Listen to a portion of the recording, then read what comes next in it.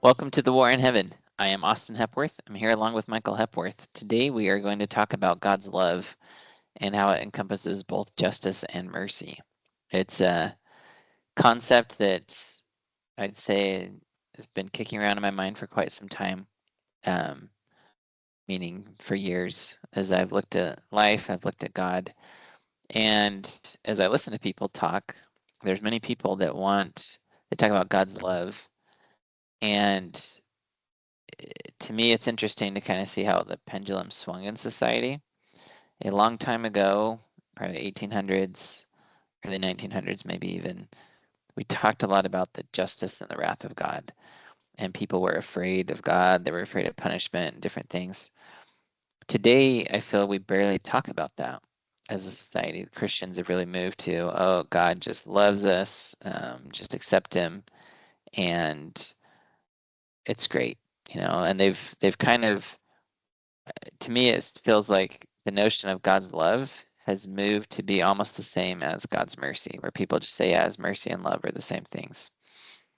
But in our discussion today, I feel these are actually very different concepts. And I believe we can understand them better and understand the war in heaven, again, agency, life, um, why there are laws and commandments and different things, and why we have to do certain things in order to progress and to continue to enjoy the highest quality of life that we can. But justice, for purposes of our discussion, we're talking about it's the enforcement or the carrying out of a law. So if you have a set of laws and those are put into place, there's justice.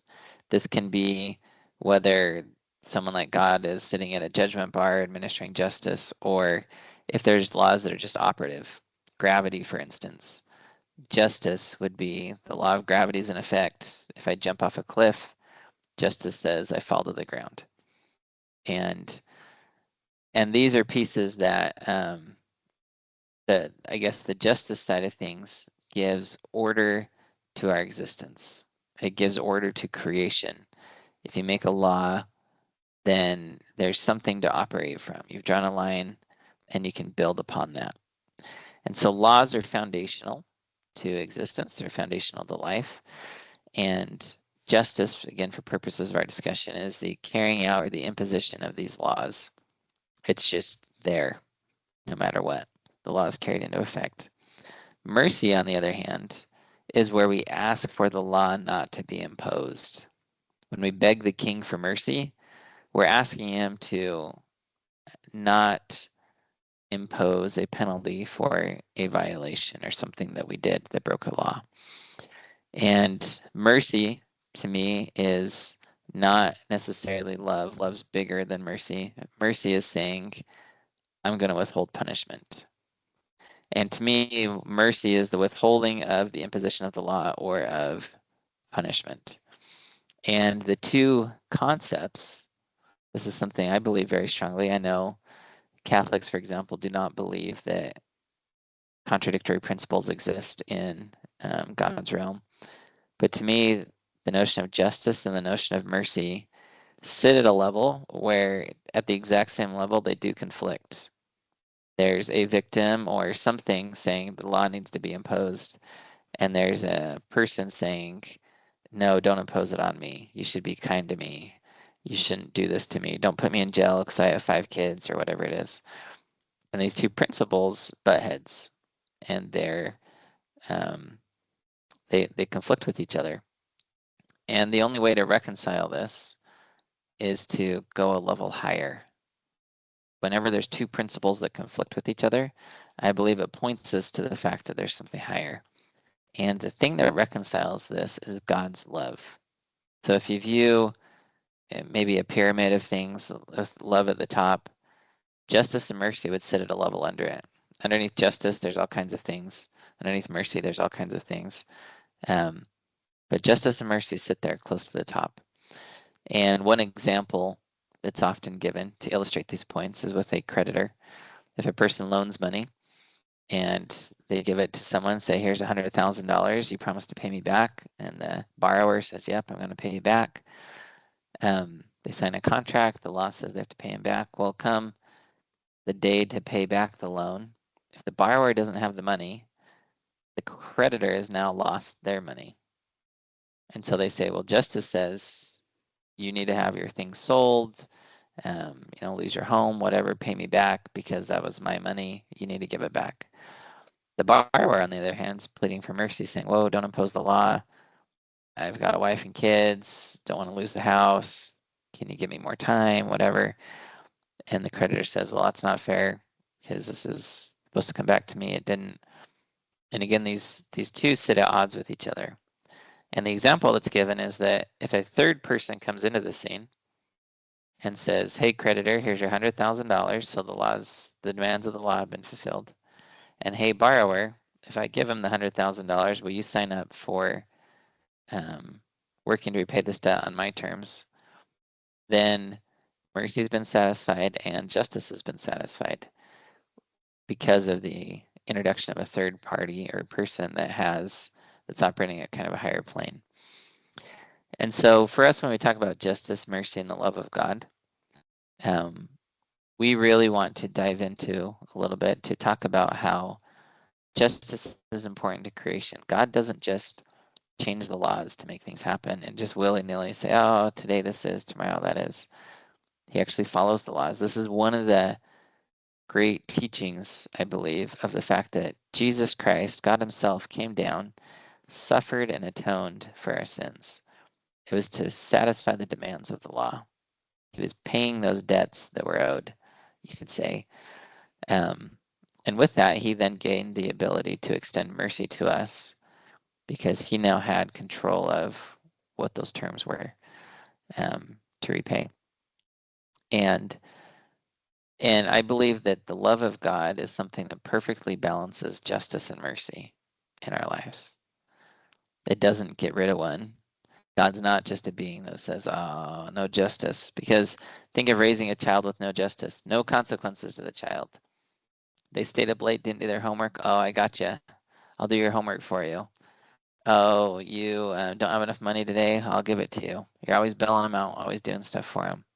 That child will never learn. They'll never grow. And at some point, your love for that child will demand that you take actions to impose consequences to teach them that they need to do things more concerned about their long-term welfare. They can't just rely on you for everything.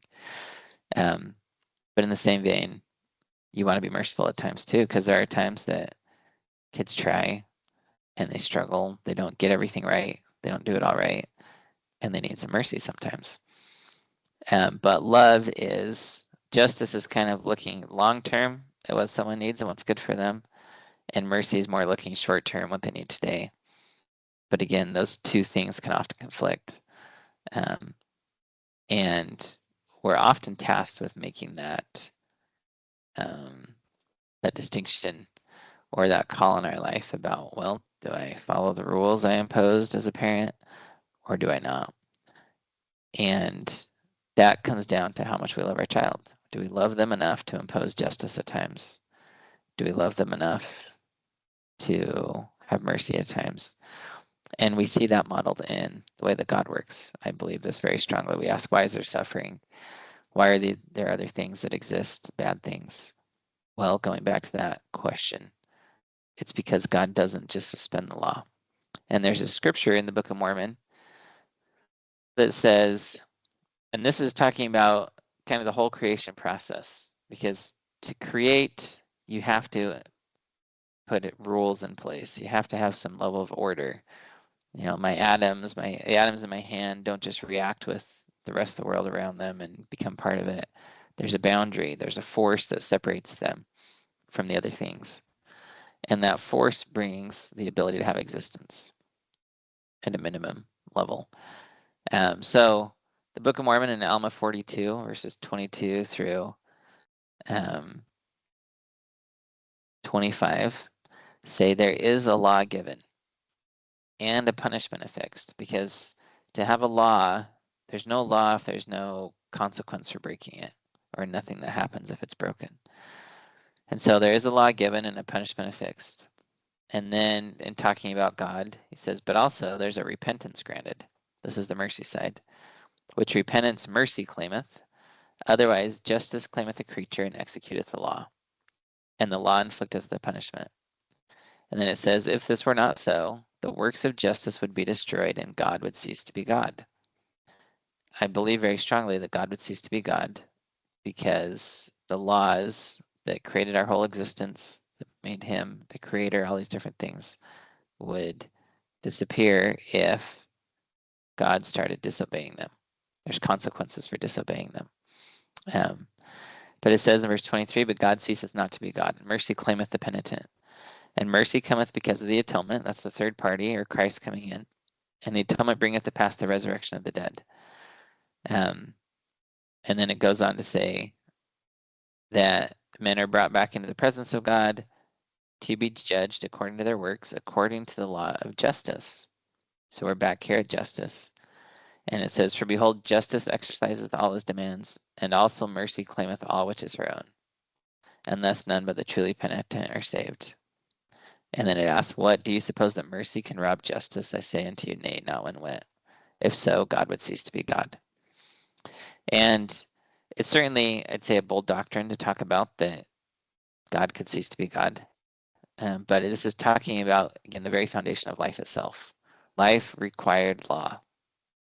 The two are inseparable. There has to be something that separates me from someone else, from a table, from all these different things. There's forces, there's laws put in place. And we can't just violate those willy-nilly without destroying all of existence. All of them are predicated on these laws. And so God respects them to the point that Christ came and suffered. And again, in thinking about that, it's to say, if Christ himself, who in the Bible says, hey, Father, if there's any other way, let this cup pass from me. But if not, thy will, not mine, be done. And he partook and suffered. And that happened because there was no other way. There wasn't a way to just lift the imposition of the laws and let the chaos and disorder happen. Our lives are there because God spoke, God created order, and then God respects that and follows that as well. And so we hope again today to talk a little bit more about these concepts, justice and mercy and the love of God, and how God loves us enough to allow us to suffer at times. He's concerned about our long-term welfare. He's not just going to let us be these entitled kids that get everything we want from him, that can just say, hey, Dad, I need another bailout. Hey, I need another bailout. He'll be merciful at times when we make mistakes, but he will ask for us to learn, to grow, progress, and improve. Michael, as we start out today, do you have thoughts or comments for us on any of these things we've talked about?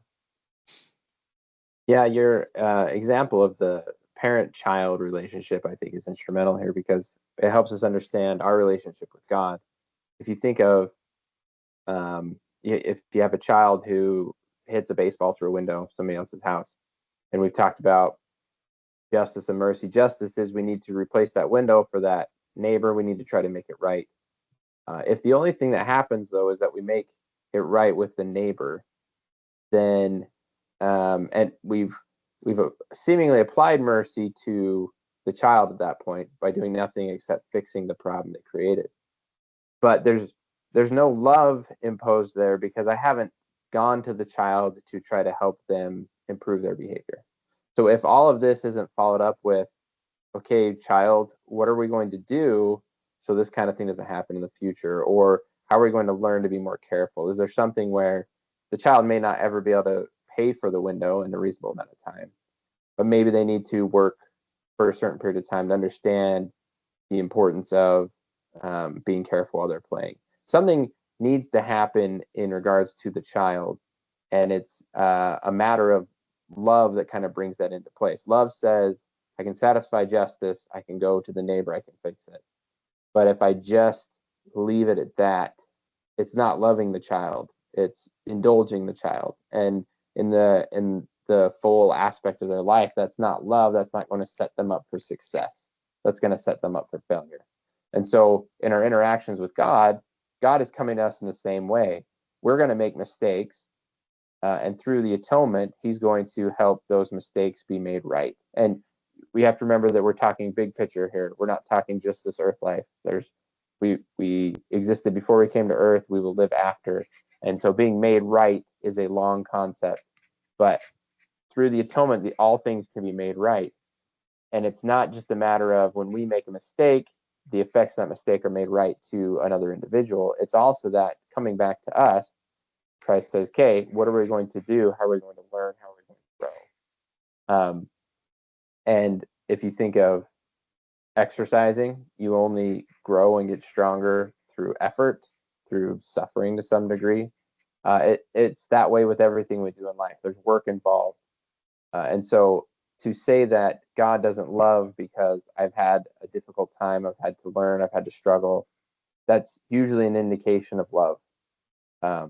If I've tried to help my children learn and I've challenged them and I've asked them to work hard and I've been with them, but I've had them struggle, that's me trying to help them learn and grow. And so part of understanding God's love is understanding that to grow is to struggle. It is to learn through trying, maybe failing, but knowing that God is there to help pick us up and let us try again. And so we can take this back to apply this to mercy and how that applies to us. We look back at the war in heaven and the effects of that. God said to us, here's the plan. You have an opportunity to go down to this earth, to struggle, to learn and grow. I'm also giving you your opportunity to make your own choices. I'm not going to force whatever outcome upon you. There is consequences for all your actions, but you can make your own choices. And so he's satisfying justice there. He's merciful in providing a plan where Christ came to earth and paid the price for our sins. So that relationship of God allowing us to make those choices and also providing mercy at the same time is something we need to carry forward today. We say, how do we interact with people around us? How does justice and mercy play a part? Frequently, we focus on justice in this life when we talk about government or when we interact with a neighbor and something doesn't go our way. We want justice imposed. We want our money back. We want things to be made right. We feel we've suffered. And so, it's off to the courts. Let's sue somebody. Let's make sure we have a government situation in place that we protect rights. We don't always talk about what our responsibility is with mercy. Mercy isn't something that you can just apply top down to everybody in the same way. Mercy is a very individual thing. Each person has their own experiences. They have their own strengths, their own weaknesses, their own desires. And so mercy is something that really has to be applied directly to an individual. That was one of the beauties of the atonement of Christ, is that it's applied to each individual for their own personal needs. It's not some like specified level of mercy applied, and if you don't reach that level, it's applied to each individual and meets them where they're at. That's how we need to start interacting with each other. If we want to maintain a healthy society, we need to think of God's love in providing justice and mercy. Our love should be justice. We talk about government, that's part of love, but also mercy. How do we show mercy to those that we come in contact with?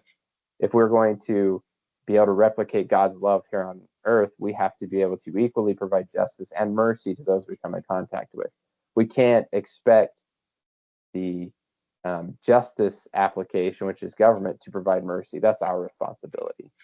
And so just as we go forward and talk more about this, we need to try to bring to light and think to ourselves, how is it that we're giving mercy to those that we come in contact with? How is it that we're loving enough to have justice, but equally have mercy? Are there times where we can say, because we can take the cost on ourselves, can we say, we don't need to go to the government here. Somebody's injured me, but I'm going to provide some mercy here and hopefully some love. And if there's an opportunity that I can help the person who's injured me grow, maybe I don't need to go to the government for this particular situation. Maybe there's times in life that we can solve the problems ourselves without having to involve the justice side. That's how we can apply mercy. Yeah, and I like how you talk about the role of government because we want to dive into this a little bit. As humans, I don't believe any of us have the full capacity to perfectly balance this justice and mercy walk. But it also is something that you experience as a parent. There are times if you follow the rules, your kids get angry at you. If you suspend the rules at times, your kids may also get angry at you if you don't suspend them again because they view you as being kind of one and the same. They say, well, you didn't make us do it this time. Why are you making us do it today? Type thing. And as you try and walk that walk as an individual, it's very difficult to manage all that. The justice and mercy, principles for it, whatever else. And the most common, I don't know if it's the most common phrase. Another way to say it is a commonly heard phrase among, I think, all parents is that's not fair. And they're either saying it's not fair that you're applying the rules, or it's not fair that you lifted the rules for someone else, or whatnot. And so, as a society, the only way for people to live together somewhat as they grow to be adults is they have to live in a system that they feel is actually fair and predictable to an extent. And so, the purpose of the American Constitution was to create a system that was governed by law. We talk about due process in it. Due process is this notion that you need to be able to know what the laws are and be aware of them, have notice of them. It's not just willy-nilly, oh, we like you today, we don't like you tomorrow type thing. It's there's a law, there's a rule in place. And the only way that we know of as a society currently to move from the rule of a king or a monarch to get away from that is to move to a system of law where we've just made rules that apply to everybody. And that's what the founders did is they jumped from a system where the king or the monarch could say what they wanted to a system that was governed by law. And it's a system that, again, if we think about it, it took off. People embraced it, they flocked to it because there's an amazing appeal to justice. Justice brings order, justice brings life to something.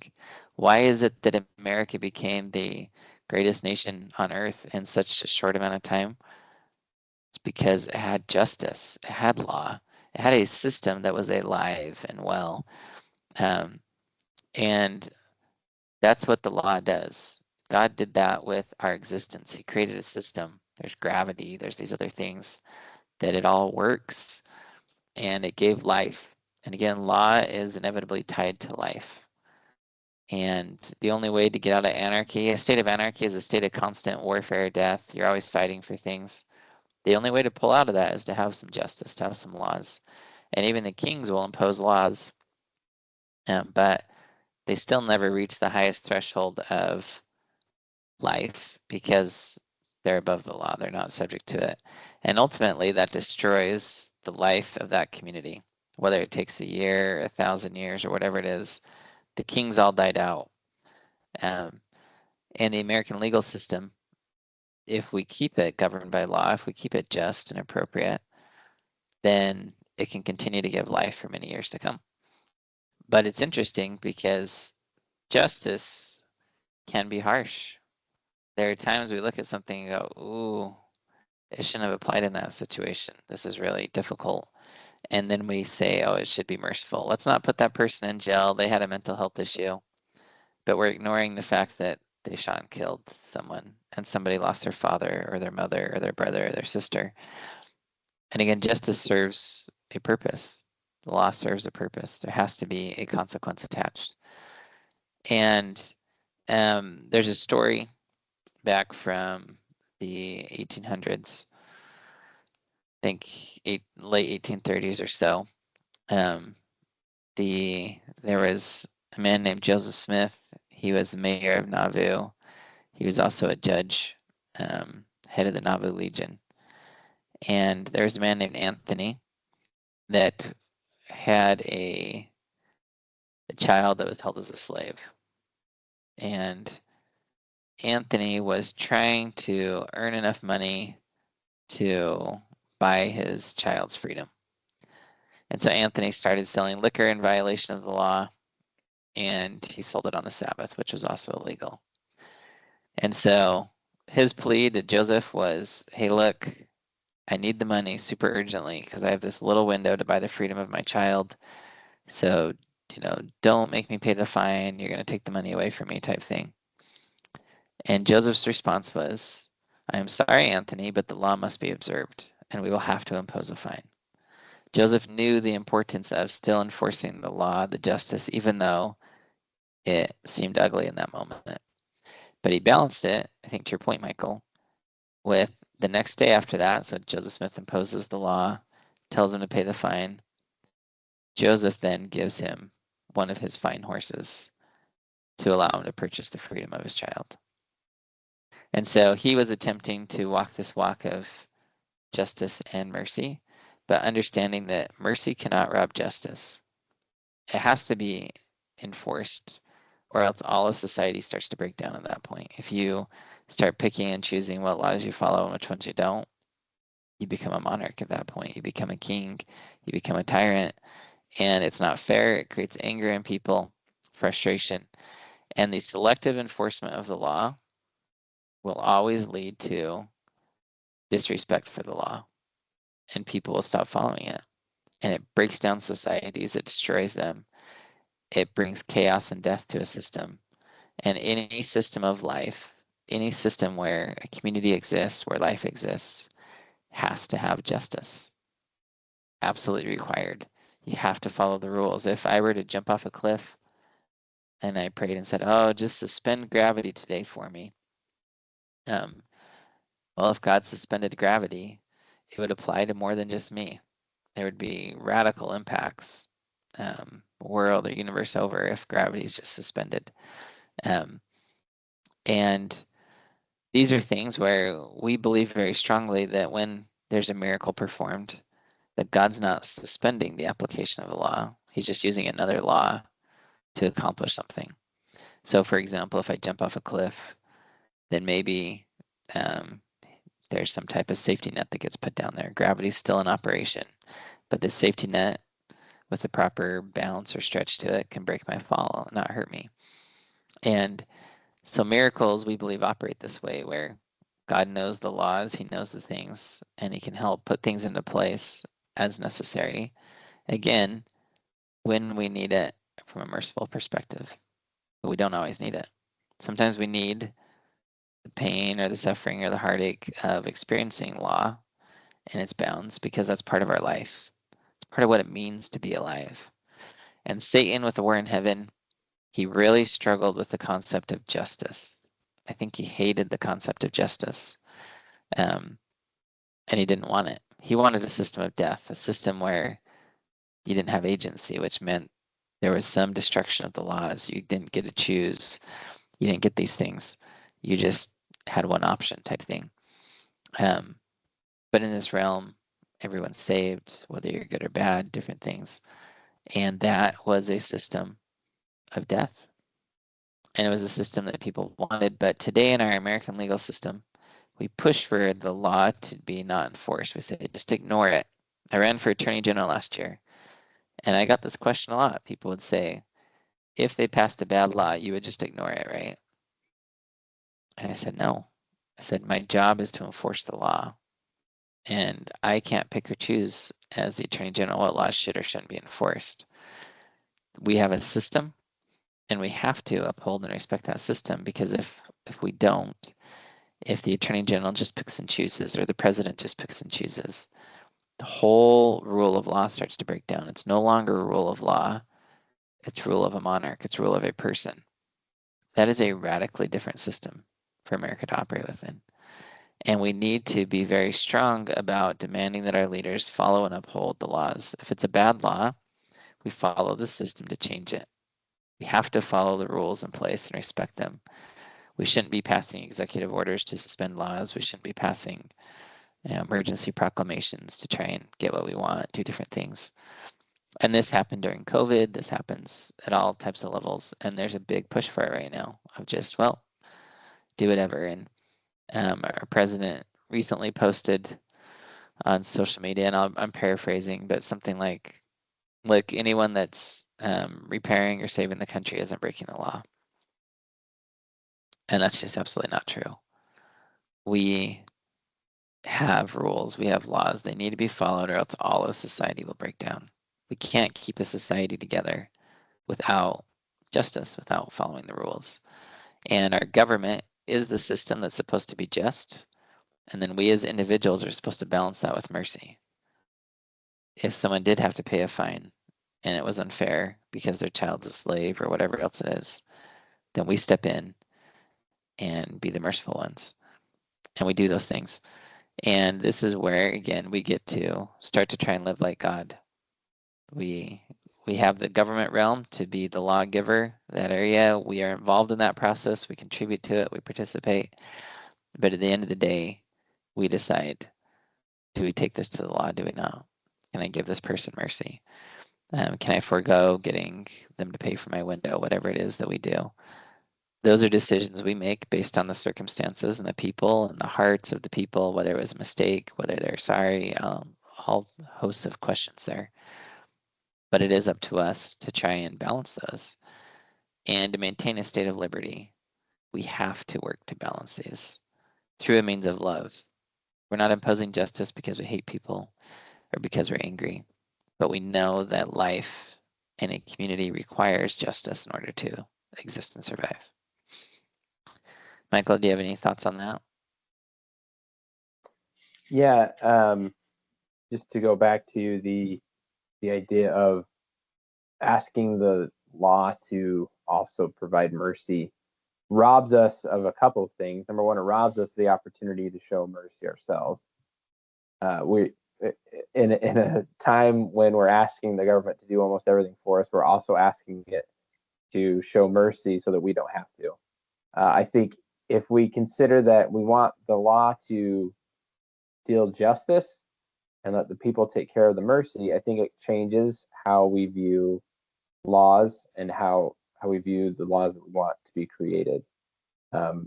Too often we're looking for specific individuals to go into government and to fix things based on their actions. They're going to do all the right things and they're going to make everything right. But we should just be looking for them to create the proper laws and then look to ourselves to live according to the laws and then provide mercy where possible. Don't give up the opportunity to be merciful yourself because you're asking the government to do that. That's our responsibility. When the government seeks to deal mercy instead of just justice, they're not dealing mercy. They're dealing permission. They're dealing license, and then it becomes either everyone is now permitted to do a thing that you were merciful in, or there's no predictability. They would say at this point we'll deal in mercy, this point we won't, and you lose that expected outcome, the predictability you talked about. Things devolve into chaos very quickly. We need the government to remain just and to follow the laws, and then it's up to us to make sure that mercy is applied and that we put people in position who will create just laws. I don't, if there are bad laws in place, my goal should not be to get somebody into a political office that will just ignore the laws. My goal should be to get somebody in there who's willing to work to change the laws so that they are just, so that we can continue to have expected outcomes from our government. That's the way it is when we interact with God. I think sometimes frustration builds if you don't understand something that's going on in your life and you think, if only God would change this so it worked out better for me. We're asking for that predictable outcome to change, but that's just evolving into chaos instead of looking inward and say, what can I change to make this better? And then that's going to provide you the opportunity to grow. And that's where God's love comes in. If he just laid out the golden carpet for you and made everything perfect, there's no growing, there's no becoming, there's no reason to coming here in the first place. Why are we here if we're not going to work and try to get better? And so when it comes to our government, let's take the responsibility to be merciful to those around us.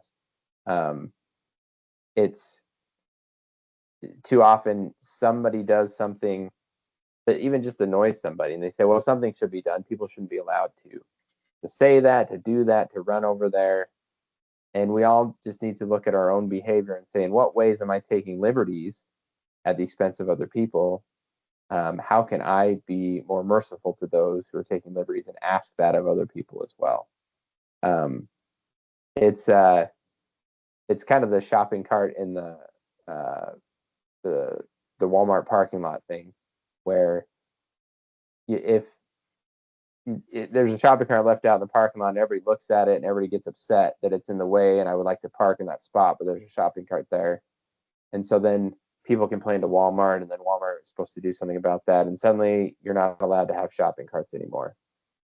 Or you can be a little bit merciful and you can just jump out and you can put the cart away. And maybe that gives a little bit of license. Um, but in a world where most everybody is trying to have that love towards each other and apply that mercy towards each other, it won't be a problem. The one cart will get put away and you won't see very many issues with it. But too often we just seek for answers where we could just apply a little bit of mercy and we could find better results in our society. Our society will become a tyrannical enterprise if we just continue to act in whatever way we want and then ask the government to take care of those that are making us frustrated. You'll just become to the point where you can't act in any way at all. And so it does take a lot of respect for other people and mercy in dealing with your interactions, so that we can continue to be free, but also continue to allow our government to be predictable and provide justice to us. Yeah, and I like how you point out our own desires can lead to a tyrannical government because of what we start demanding that it do.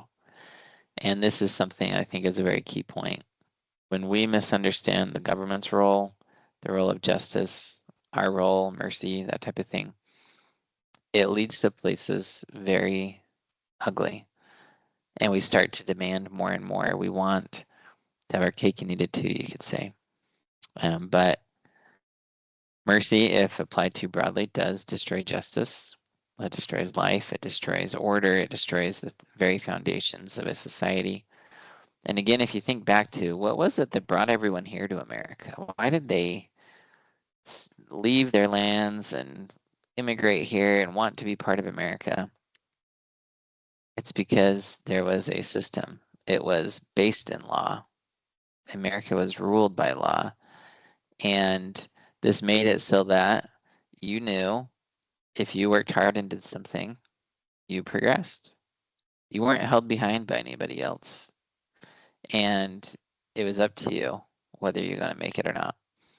Um, and now we're changing that where we're saying, oh, government, oh, it's really sad if someone loses their house. Let's put all these safety nets in place. Let's put all these things in place. Let's make the law more compassionate and kind.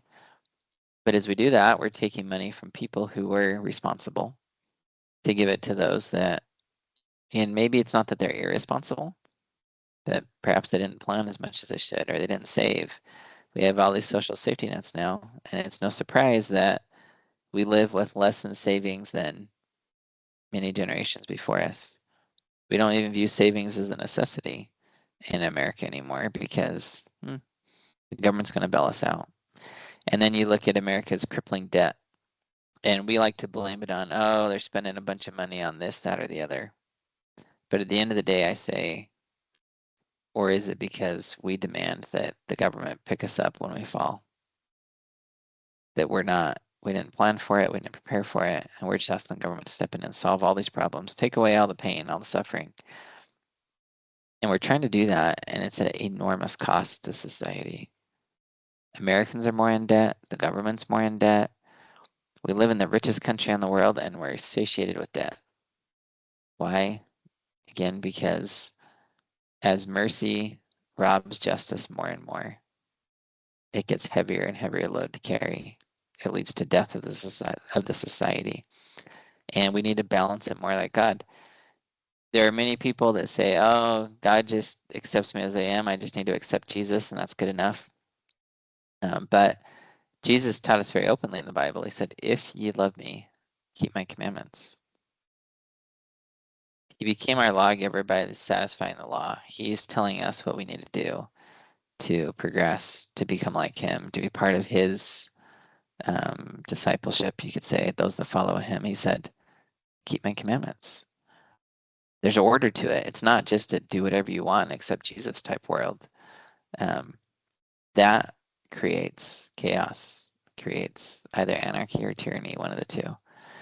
And that's not the life that God gave us. That's not the world that God gave us.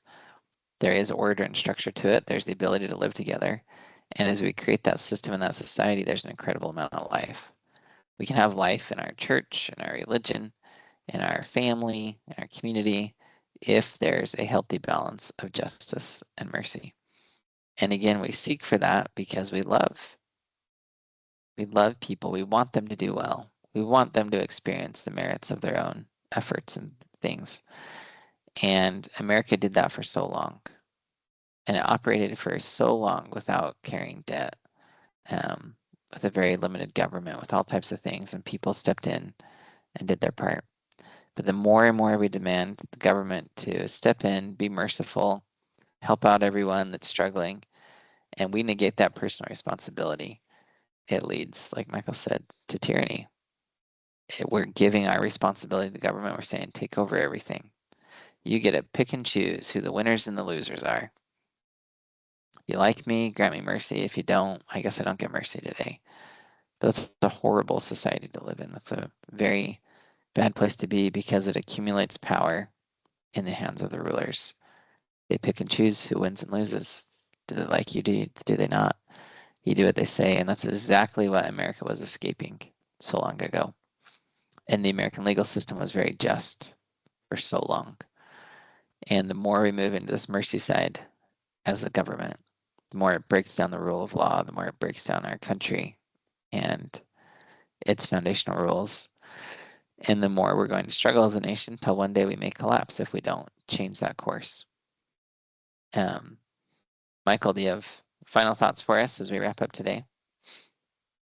Yeah, one more idea is sometimes in our lives we don't feel like there's a great answer to the justice mercy issue. You've talked about how there are opposing forces at this level, and the thing that comes in above them is love, and we are going to have to choose love in some cases. We're going to be injured, and we're just going to kind of have to eat the price, the cost of that, to be able to show mercy to somebody. I'm not saying this is what always needs to happen in every case. Just the idea is there are times that to be merciful in an outcome that will benefit both us and the person who's involved or the situation, make it better, we may have to eat a little bit of the cost. It does cost. Freedom does cost something. In order to remain free, it will cost us something, whether monetarily speaking or just in something that we suffer at the hands of somebody else. And I had an ancestor that said at one point that it's better to suffer wrong than to do wrong.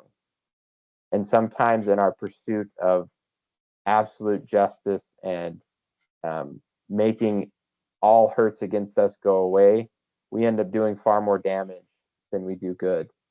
And I think there are times that we need to consider that it's better to suffer a wrong than to do a wrong. Don't pursue a wrong just because you don't want to suffer a wrong. It takes that sacrifice. In order to apply mercy, it's going to take sacrifice. Somebody has to pay the cost, and most of the time, it will be the individual who's applying the mercy. But it's worth it if we can learn to do that as a society and bear each other up. We'll be asked to do it less and less and less, but it will take us being willing to sometimes suffer wrong at the hand of somebody else and say that's okay. I can take it. I'm in a position in my life that I can try to help this individual or help this circumstance, and I will eat the cost of it, and that's fine.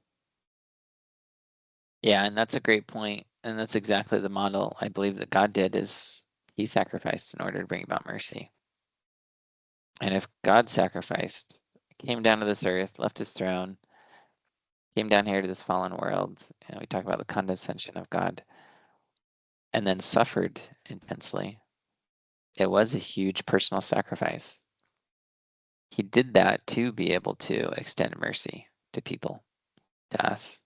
And he did it because he loved us. Um, but it's the same for us. We cannot expect to extend mercy to people and be a merciful being without there being a measure of sacrifice, personal sacrifice to it. And the more merciful we are, the more personal sacrifice that entails. But that is, again, part of the process of love. How do you know that someone really loves you? They sacrifice for you. That's something that happens. And we can't show our love to people without a measure of sacrifice. Sacrifice is absolutely essential to showing people that they matter, that we value them more than we value our own self. And that's what God showed us. He valued us more than he valued his own self. And we can feel that love. But again, it comes through this thing of, but he didn't just walk away from all law. He didn't throw that out the window either. But he sacrificed to meet the demands of the law. And then he extended that mercy to us as a result, because he paid the debts. He satisfied those things.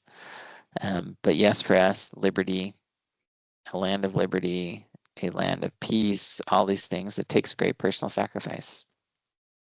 And as individuals, we have to decide when it's appropriate to go to the government for the enforcement of justice, because sometimes that's appropriate. And other times it's appropriate to forego that and provide mercy. But we sacrifice something. We have to let go of something ourselves. But this is the process to love. It's a constant cycle of teaching, consequences, mercy, that type of thing. And love is a constant reconciliation of justice and mercy. Only God can do it perfectly. But as we work to become like him, we strive to do it too. And we seek for it and these principles to apply in our governments, in our communities, in our families, in our own personal lives. And if we do that, it'll make for things to be very strong. So we appreciate you joining us today as we talk about these principles. To me, they're very foundational principles, very important principles to understand and to work through. There's plenty more things to read on it. The Book of Mormon has a number of portions that talk about the interrelation of justice, mercy, love, law, those types of things. And Doctrine and Covenants also talks about it some. But again, if you go back to look at the whole structure of Christianity, it's all premised on the fact that God came and suffered for us. He didn't just wave a magic wand and say, oh, all those rules don't apply today. He followed through with them. And if we want a good life and the life that can be ours, we have to do the same and balance justice and mercy in the things that we strive to do.